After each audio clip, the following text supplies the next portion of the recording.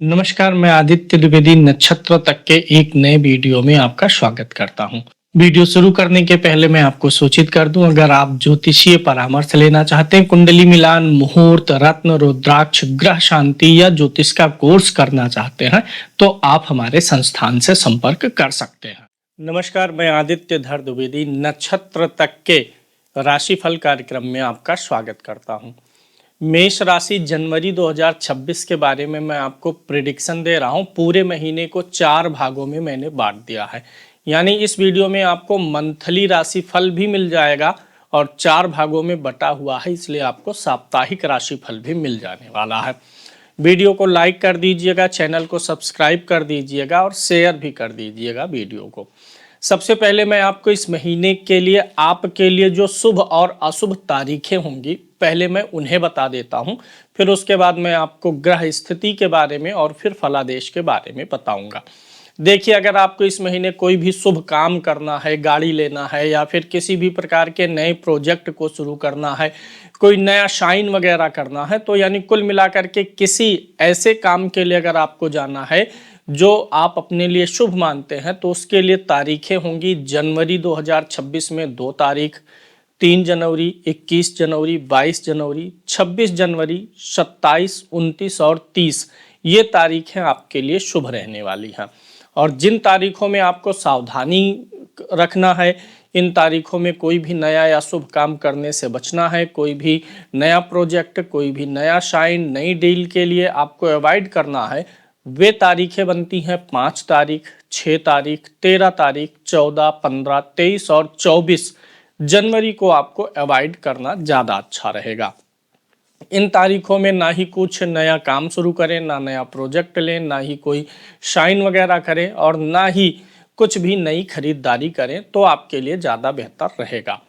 अब मैं आपको बता देता हूं कि इस महीने आपके राशि के अनुसार ग्रह स्थिति क्या रहेगी। आप चाहें तो इस वीडियो को अपने लगन के अनुसार भी देख सकते हैं। चाहे मेष लगन अगर आपका है तो आप वहां के हिसाब से भी फलादेश ले सकते हो, अगर मेष राशि है तो भी उस हिसाब से भी ले सकते हैं। क्या होगा कि वर्ष के आरंभ में चंद्रमा जो है वृषभ राशि में रहेंगे, आपके द्वितीय भाव में। बृहस्पति मिथुन राशि में रहेंगे, आपकी कुंडली के तीसरे भाव में गोचर करेंगे। केतु सिंह राशि पर होंगे और आपकी कुंडली के पंचम भाव में गोचर करते हुए आपको दिखेंगे। बुध, शुक्र, सूर्य, मंगल धनु राशि के होंगे और आपकी कुंडली के नवम भाव में होंगे। राहु कुंभ राशि के होकर के आपकी कुंडली के 11वें भाव में और शनि मीन राशि में चल ही रहे हैं और यह आपके राशि के 12वें भाव में चलायमान रहेंगे। अब मैं आपको बताता हूं 1 से 7 जनवरी तक का फलादेश। इसे आप साप्ताहिक मान लेंगे और जब मैं 4 भागों में यह फलादेश दे रहा हूं, जब चारों भागों को आप जोड़ लेंगे तो आपका मासिक फलादेश भी बन जाएगा। हो क्या रहा है, चूंकि वर्ष के आरंभ में ही चंद्रमा उच्च राशि में है, आपके द्वितीय भाव में पड़ रहे हैं, तो वर्ष का आरंभ आपका जो है शांतिदायक रहेगा।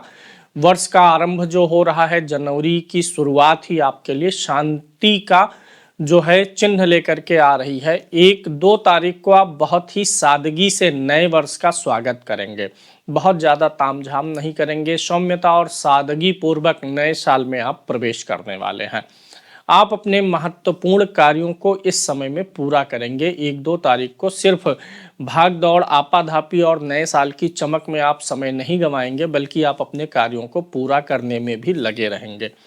3 और 4 तारीख को समय आपका बहुत ही अच्छा रहेगा। आप नई योजनाएं बनाने में सक्षम होंगे या पहले से कोई योजना बनी हुई है तो आप उसे जो है प्रैक्टिकली अप्लाई भी कर पाएंगे अपने जीवन में, तथा अपने विचारों में आप इस समय खोए रहेंगे, यानी आपकी जो योजनाएं हैं उनके बारे में आप सोचेंगे, उनमें आप संलग्न रहेंगे। यह समय आपके लिए उपलब्धियों से भरपूर रहने वाला है, साथ ही साथ आपको व्यवसाय में भी लाभ मिलने वाला है। आर्थिक मामलों पर गंभीरता से आप विचार करेंगे तथा कार्यालय, व्यवसाय और घरेलू खर्चों के लिए संतुलित और उपयोगी बजट बनाने पर आप वर्ष के शुरुआत में ही ध्यान देंगे। आप अपना सामाजिक दायरा बढ़ाने का जोखिम इस समय उठाएंगे नहीं कि मैं कुछ नया करूं, कुछ नया दायरा अपना बढ़ाऊं। थोड़ा आप शांत रहेंगे। 5 और 6 तारीख को सही समय आपके लिए नहीं है। 5 और 6 तारीख में आपके कुछ खर्चे बढ़ने वाले हैं, कोई ऐसी खरीदारी आपको करनी पड़ सकती है या मेडिकल एक्सपेंस आ सकता है जो आप पहले से नहीं सोचे हुए हैं। गाड़ी वगैरह पर खर्चा हो जाए तो कुछ 5 और 6 तारीख में कुछ खर्च बढ़ने के योग दिखाई दे रहे हैं। और इस तारीख में क्या होगा कि आपको थोड़ा सा अपना अड़ियल रवैया छोड़ना पड़ेगा तथा खुले मन से किसी की भी सलाह सुनने की आपको तैयारी करनी चाहिए। यही आपके लिए अच्छा रहेगा। 4-5 तारीख थोड़ा सा आपके लिए ठीक नहीं है।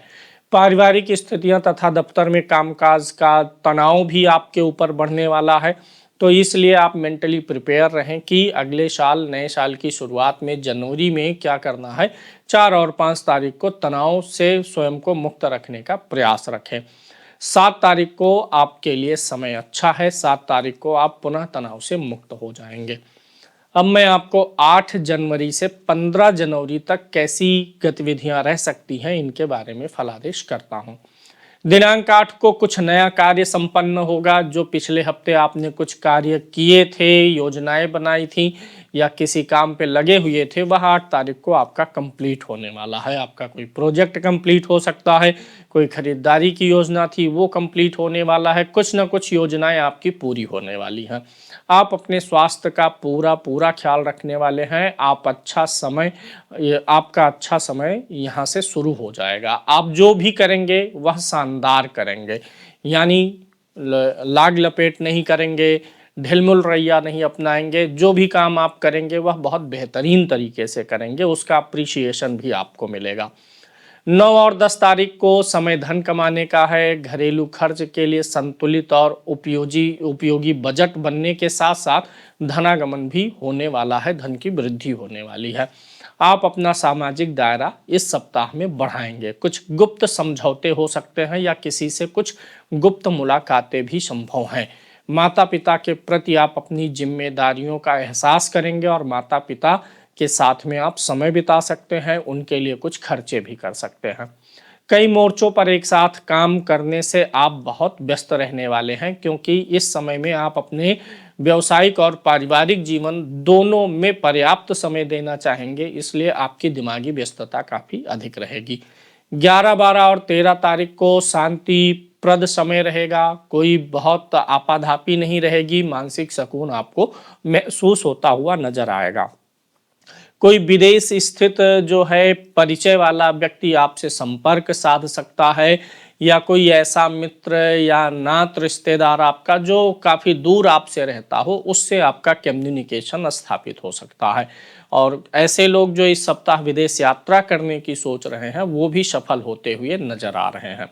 व्यापार तथा गुप्त गतिविधियों में आप भाग ले सकते हैं इस सप्ताह। 14-15 तारीख को थोड़ा सा आप शारीरिक रूप से भारीपन महसूस करेंगे, आश्वस्त महसूस कर सकते हैं, थोड़ा शारीरिक कष्ट रहेगा। हो सकता है मौसम की या सीजनल बीमारियां जो होती हैं वो आपको 1-2 दिन के लिए परेशान करें, और जिसके कारण से आपके खर्चे में वृद्धि हो सकती है। आपको अपना कामकाज कराने के लिए कुछ लोगों से जो है अनुनय और विनय करना पड़ सकता है 14-15 तारीख के आसपास में। तो इसलिए अगर आपको ऐसा लगता है कि आपका कोई काम है जिसके लिए आपको किसी की मदद लेनी पड़ सकती है, तो आप घबराइए नहीं, बेझिझक आप उससे अपनी रिक्वेस्ट या अपनी गरज की प्रार्थना कर सकते हैं। बात करते हैं 16 जनवरी से 23 जनवरी तक के समय का। दिनांक 16 से 18 के मध्य आपके सारे कार्य सुचारू रूप से चलते रहेंगे। टाइम से घर आना, टाइम से ऑफिस जाना, ऑफिस के सारे काम, सब कुछ आपकी जो है गतिविधियां सामान्य और सुचारू रूप से चलेंगी। आपकी हिम्मत और साहस जो है यह आपका साथ देता रहेगा। आप आत्मविश्वास से भरे होंगे। ऑफिस में भी आपकी छवि चमकने वाली है। भाग्य का साथ रहेगा। 19 और 20 तारीख को आप ऐसा महसूस करेंगे कि घर परिवार के लोग आपको ज़्यादा रिस्पेक्ट दे रहे हैं, ऑफिस में ज़्यादा रिस्पेक्ट मिल रहा है, आप थोड़ा सम्मानित महसूस होता हुआ पाएंगे अपने आप को। आप अपने आप को प्रस्तुत करेंगे इस बात के लिए लोगों को कि आप लोगों की सहायता के लिए तैयार रहते हैं, और साथ ही साथ पारिवारिक एकता और फाइनेंस में भी आप महत्वपूर्ण संयोजन बनाने वाले हैं इस सप्ताह। इस समय आप मनोरंजन के लिए कोई समय निकाल सकते हैं। हो सकता है कोई पिक्चर वगैरह देखने चले जाएं आप, या फिर फैमिली के साथ किसी जो है पिकनिक स्पॉट पे चले जाएं, घूमने चले जाएं, तो कुछ मनोरंजन और लोगों के साथ में, अपने लोगों के साथ में समय अच्छा बिताने का भी यहाँ पर संकेत मिल रहा है। किसी का आतिथ्य स्वीकार करते हुए भी आप नजर आ रहे हैं। इसका मतलब यह है कि इस सप्ताह जो है कोई आपके घर पे आ सकता है, मित्र आ सकता है, रिश्तेदार आ सकते हैं, कोई आपके बॉस वगैरह आ जाएं। कुछ ऐसा होता हुआ दिख रहा है कि कोई व्यक्ति आएगा जिनका आप अच्छी खातिरदारी और सेवा भाव करेंगे। अच्छा आतिथ्य आप स्वीकार करने वाले हैं इस सप्ताह में। आप उदारता, दयालुता और आसानी से जो है इस समय सबके साथ घुल मिल के रहने वाले व्यक्ति बनने वाले हैं। अपने पड़ोसियों के साथ आप संबंध मधुर करने का प्रयास करेंगे और ऐसा दिख रहा है कि बहुत समय से जो आपने अपने पड़ोसियों को समय नहीं दिया है, तो यह समय ऐसा होगा कि आप अपने पड़ोसियों से भी संपर्क में आने वाले हैं। 21 और 22 तारीख को जीवन की सार्थकता को खोजने के लिए आप अपनी आंतरिक शक्तियों पर ध्यान केंद्रित करेंगे। अर्थात 21 और 22 तारीख को आपके अंतर्मन में कुछ ऐसे भाव उत्पन्न होने वाले हैं कि आपको लगेगा कि भाग दौड़, दुनिया, रुपया, पैसा सब में बहुत ज़्यादा समय जा रहा है और मैं अपने आध्यात्मिक विकास के लिए, अपने आत्म कल्याण के लिए कुछ कर नहीं पा रहा हूँ, मुझे उस पर भी ध्यान देना चाहिए। इस सप्ताह आपको पैसे की कोई कमी होने वाली नहीं है, लेकिन 23 तारीख को स्वास्थ्य के कारण से थोड़ी सी परेशानी आती हुई दिख रही है। आपके मन में यह विचार और भाव आ सकता है कि एक बार मेडिकल चेकअप हो जाना अब जरूरी है। तो हो सकता है कि आप मेडिकल चेकअप के लिए भी चले जाएं 22 या 23 तारीख के मध्य में। अब बात करते हैं 24 जनवरी से 31 जनवरी तक का। 24 को तथा 24 पूरा दिन और 25 को आधा दिन आपका चंद्रमा जो है 12वें का चंद्रमा थोड़ा सा आपको परेशान करने वाला होगा, मानसिक अशांति बढ़ाएगा, विरोधी आपके ऊपर हावी हो जाएंगे, कोई ना कोई व्यक्ति आपकी चुगली करने वाला आपके पीठ पीछे तैनात है। कामकाज में थोड़ी सी ढिलाई आपकी रहेगी। आपके खिलाफ कुछ लोग गुप्त रूप से साजिश रचने का भी काम करेंगे। आपका खर्च बहुत बढ़ जाएगा, लेकिन आप उससे निपटने में सफल भी रहेंगे। माता के ऊपर कुछ एक्सपेंस वगैरह सेहत आदि को लेकर के या माता के सेहत आदि को लेकर के चिंता भी बन सकती है।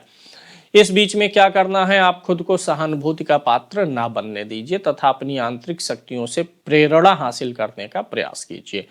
26 और 27 तारीख को सफलतादायक समय रहेगा। व्यवसाय में सफलता रहेगी, नौकरी में अच्छी स्थिति रहेगी, साथ ही आप किसी यात्रा पर भी जा सकते हैं, ऐसा भी नजर आ रहा। 28 और 29 तारीख को मानसिक रूप से आप बहुत अत्यधिक संतोष महसूस करेंगे।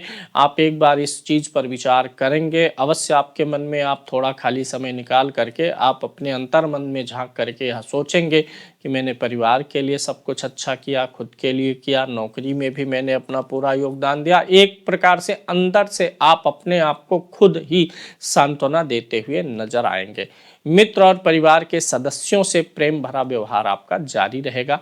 30 और 31 तारीख का दिन आपके लिए शुभ है। इस समय में आपकी आर्थिक स्थिति प्रबल रहने वाली है। चूंकि आपकी मेष राशि है, तो आपके लिए उपाय रहेगा कि आप इस पूरे महीने कम से कम साल की शुरुआत में ही एक बार हनुमान जी के मंदिर, साल के शुरुआत में ही, शुरू में ही चले जाएंगे तो पूरे महीने आपके लिए जो छोटी मोटी परेशानियां आने वाली हैं वो हल हो जाएंगे। एक बार हनुमान जी के मंदिर हो आइए और तुलसी पत्र के साथ में बेसन के लड्डू का भोग हनुमान जी को लगा आइएगा। धन्यवाद।